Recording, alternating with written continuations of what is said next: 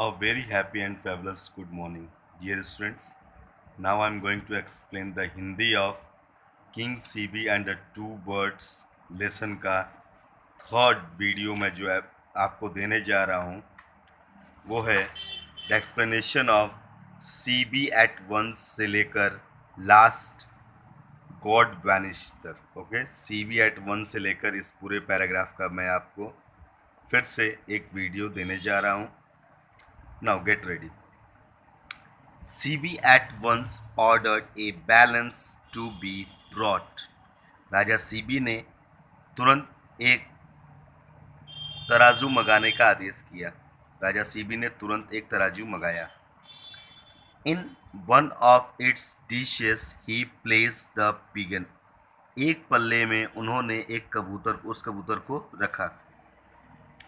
In one of it dishes, उसके एक पल्ले में, यानी तराजू के एक पल्ले में उन्होंने कबूतर को रखा। He then cut a chunk of flesh from his thigh with a sword and put it in the other dish. He then cut a chunk of flesh, तब उन्होंने अपने शरीर का एक बड़ा सा टुकड़ा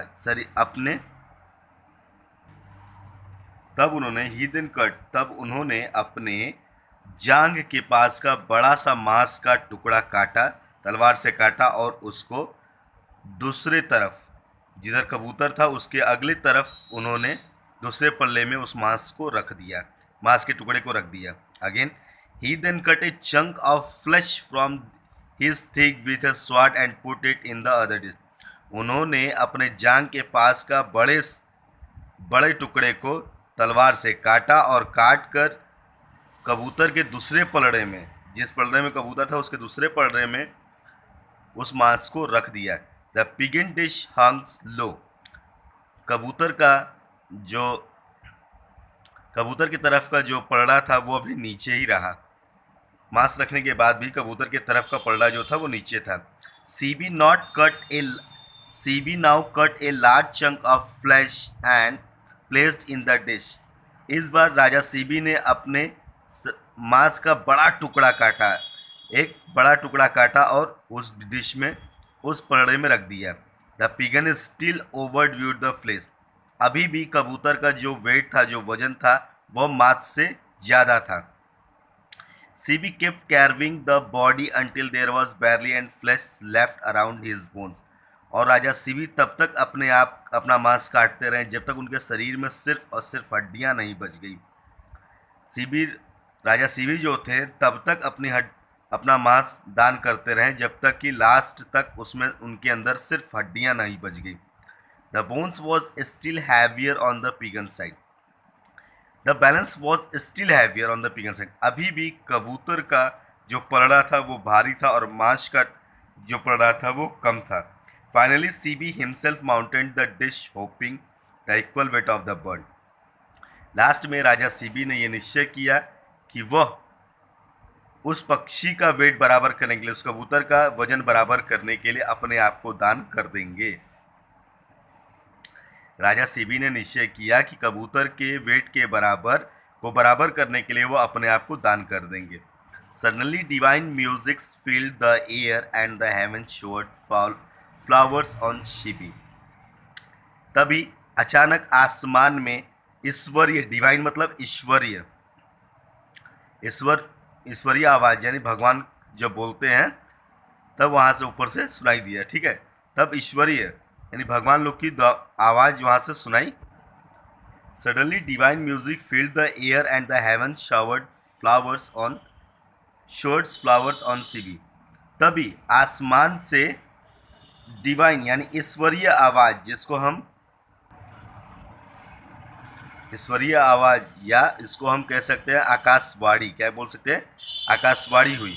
तभी आसमान से एक ईश्वरीय आवाज़ या आकाशवाणी हुई जिसने इसको airs and the heaven showered flowers of, और पूरा आसमान फूलों से भर गया। जो आसमान था वो पूरा आसमान से फूल, और तभी आसमान से आकाशवाणी हुई और पूरा स्वर्ग से उन लोगों के ऊपर, राजा सीबी के ऊपर फूल गिरने लगे। The falcon and the pigeons disappeared and in their place stood Indra.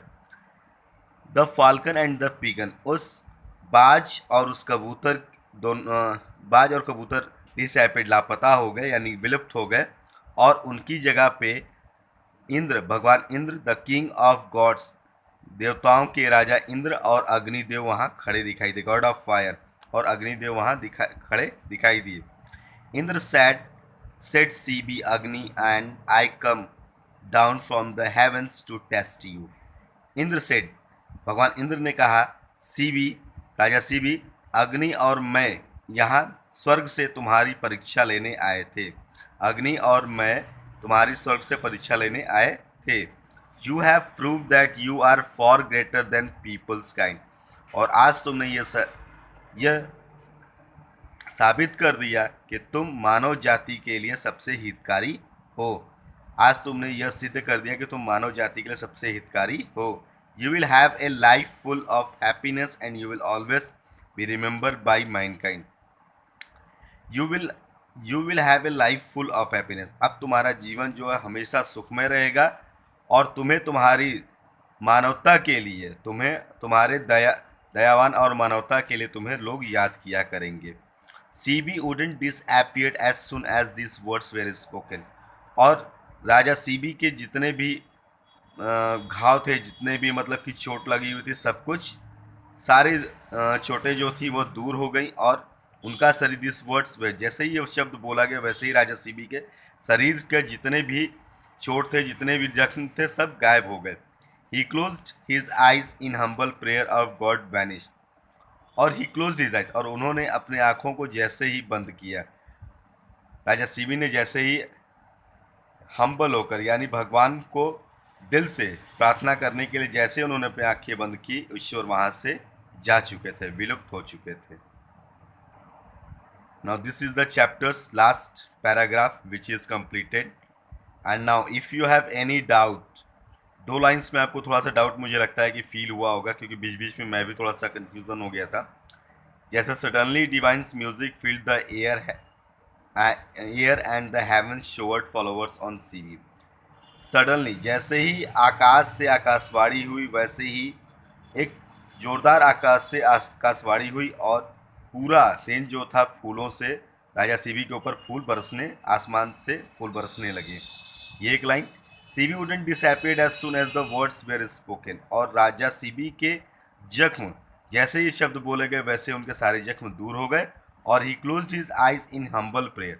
और राजा सीबी ने भगवान का धन्यवाद करने के लिए जैसे ही आंखें बंद की वैसे ही भगवान वहाँ से चले गए.